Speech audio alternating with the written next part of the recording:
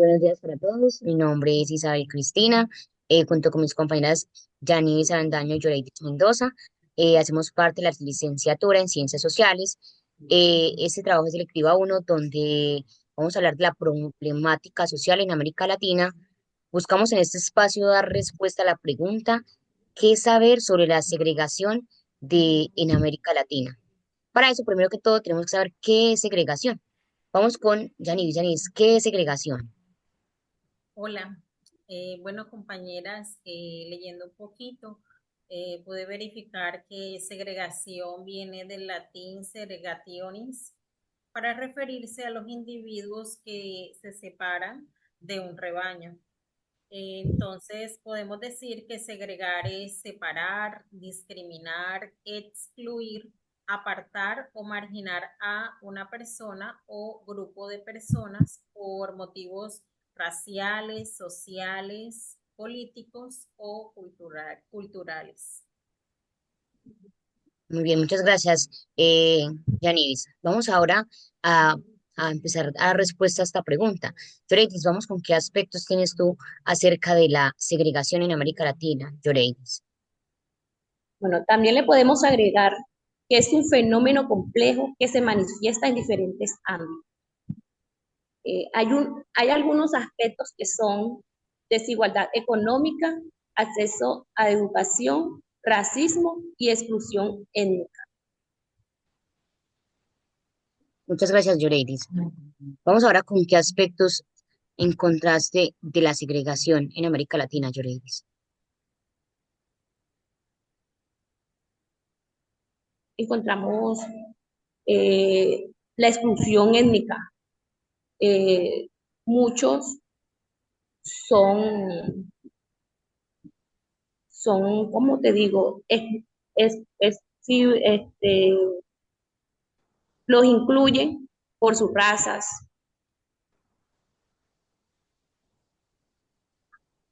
En la economía también hay una desigualdad económica en el campo como en la ciudad. Muy bien, Yoreidis, muchas gracias, Yoreidis. Vamos ahora con Yanivis. Yanivis, ¿qué otros aspectos encontraste tú de la segregación en América Latina? Bueno, el documento compartido en este curso por el profesor hablaba acerca del desempleo juvenil y decía que no es un estado transitorio al empleo, sino más bien un proceso muy prolongado. Entonces, el desempleo juvenil en América Latina pasó de niveles de un solo dígito a doble dígito en los años 90, o sea que hubo un aumento. Por ejemplo, en Argentina, Bolivia, Ecuador, Paraguay, República Dominicana y Uruguay tienen tasas de desempleo juvenil que constituyen una proporción más pequeña en las tasas de desempleo total.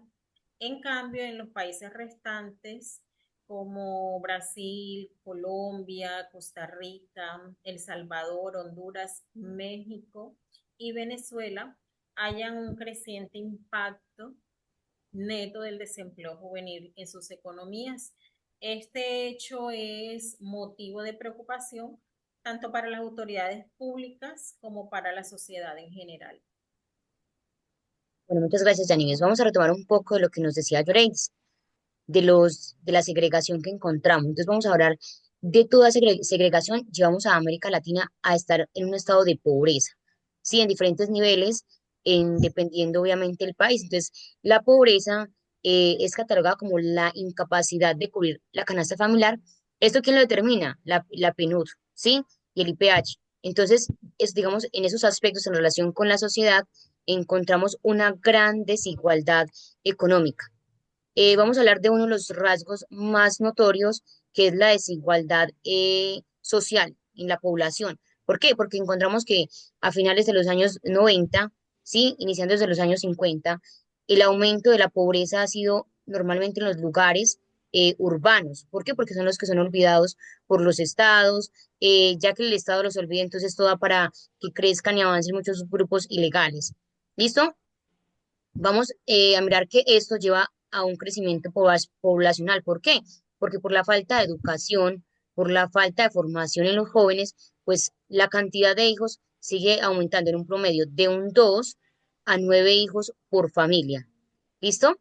Vamos a ver que normalmente toda la pobreza o la mayor parte de la pobreza se centra en las zonas más marginadas. ¿Listo? Vamos a ver otro aspecto que lleva a la pobreza es la incompetitividad ante otros países. ¿Cómo así? Que no se tienen las herramientas ni los avances tecnológicos para responder a una demanda de servicios, de bienes y servicios frente a otros países y continentes. Que esto también aumenta el desempleo, que aumenta mucho más la pobreza. Y como decíamos ahorita, anteriormente, la falta de formación y educación. ¿Por qué? Porque esto los lleva a tener un empleo con ingresos mucho más bajos, esto lleva a que las mujeres, las familias tengan más hijos, mejor dicho, en todos los aspectos, la poca formación afecta grandemente ¿qué? La pobreza, ya que lo que hace es aumentar. Bueno, ahora, ¿qué vamos a hacer con esta situación? ¿O qué se propone hacer? Pues que los políticos y dirigentes eh, formulen proyectos donde se capaciten a los jóvenes para un empleo más digno, para que sean más competentes ante otros países en el desarrollo, en el trabajo, a la hora de desarrollar. También una educación igualitaria. ¿Cómo así? Que los del campo y los de la ciudad obtengan las mismas facilidades de educación, porque la educación, digamos, en el campo es mucho más baja y es mucho más pobre que los de la ciudad. Entonces, el acceso a la educación es mucho más pobre y eso que hace que haya mucha más pobreza. ¿Listo? Para terminar, vamos a terminar con unas conclusiones. ¿Listo, compañeras? ¿Quién quiere iniciar?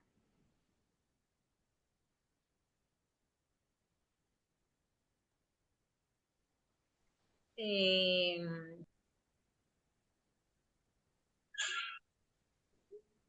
Entonces, a manera de conclusión, decimos que el desempleo, la pobreza, la falta de educación no son solo palabras, sino tristemente son realidades que atraviesan los jóvenes de hoy. Los que una vez fueron llamados juventud, divino tesoro, los cimientos del futuro, hoy se encuentran con un presente un poco desalentador a nivel laboral. La incertidumbre de tener un trabajo con un salario mínimo sin cobertura médica ni aportes jubilatorios hace que la juventud se encuentre con una situación que pues lo sobrepasa y no los deja encontrar una escapatoria posible. Entonces las posibilidades de pensar en un futuro estable no tiene que ser solo una utopía.